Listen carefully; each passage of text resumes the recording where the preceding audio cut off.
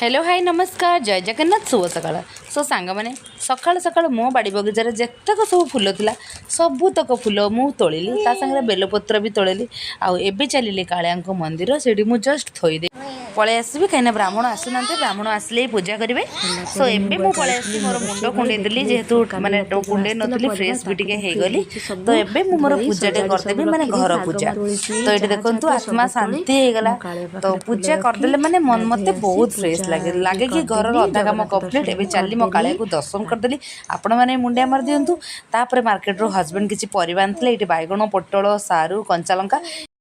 ये सब को बढ़िया से धोई मु फ्रिज रे पुरई दिली आ एबे जो साग आनथले से सागटा भी बनैबार थिला साग बाछि दउची माने भजा भजी हबो